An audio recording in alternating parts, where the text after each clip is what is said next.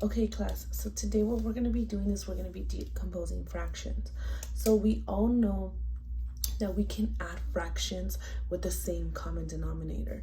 So what we're going to do today is we're going to work on an activity using our decomposed fraction puzzle pieces. That one side will show us what the fraction is, as well as the other two sides will identify different fractions that we can add together to get that fraction total, as well as the additional side that will basically shows an alternative for the fraction total. Okay, before we get to that though, I'm going to give you guys a brief overview of what I'm talking about so you guys have an idea. Okay, so here we have 7/9. So here on our number line, we know that 7/9 is 1, 2, 3, 4, 5, 6, 7. So our shaded area here is 7/9, right? So one way we can decompose this fraction, okay, and we're gonna do another grid here, is decomposing is basically how we break down the fraction. How do we understand that we can get to this fraction total in a different way? Okay, so maybe I have three numbers here, 3/9 fraction that equal to 7/9, right? So maybe I have a 1/9 fraction, a 5/9 fraction, and another 1/9 fraction. So here we're gonna do this 1/9 as little dots, speckle, and then we're gonna do a swirly here for our 5/9. So this is 1, this is 2, this is 3, this is 4, and this is 5. And for our additional 7/9, we're gonna do a star pattern. So here, how much do we have? 1, 2, 3, 4, 5, 6, 7, which equals to 7/9.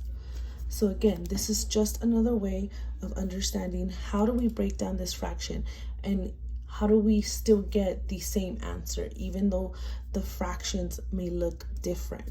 Okay, so now to our activity. Okay, in your boxes you're gonna see that there are 5 different puzzles.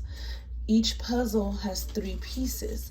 What I want you to do is I want you to take these puzzles and I want you to tell me, I want you to put them together and show me that you understand how the various ways that these fractions can be decomposed. So here I have 2 puzzles, right? So this top piece here tells me I have 4/6, right? So here we have 2 different representations, right? 4/6 is represented in this circle. This circle is split up into 6, right? And we see that the shaded area represents the 4/6. Here on this block line, we see that the 4/6 is the same as this circle here. However, it's represented in a different way, but still equals to 4/6. So here are my puzzle pieces here. Okay, so now with these puzzle pieces, I'm trying to think, which of these represents 4/6, right? So I'm looking at this here, right? So it's 2 plus 2 plus 2 plus 2 tenths. So 2 tenths plus 2 tenths plus 2 tenths plus 2 tenths. So that's 2, 4, 6, 8, 8/10, right? And if I divide that to the lowest common denominator, we get what? 2/5. So now I know that that is not equal. So we know that 8/10 is not equal to the 4/6. So this does not belong to this puzzle. Now, let's go back to this. Now, we're going to go back to this one here. So here I have 3/6 and 1/6. So here I have 3/6 plus 1/6, and because they both have the same common denominator, I know I can add these all the way through, and it'll get me to 4/6. So again, here we are fitting this puzzle piece onto this puzzle. Next, we have this one here. 1/6 plus 1/6 plus 1/6 plus 1/6. Again, all four have the same common denominator.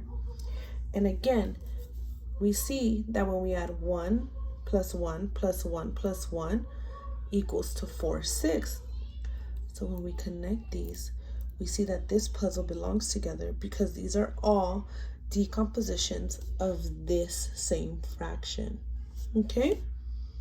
So let's go ahead and get started, and we'll work on this together. Okay?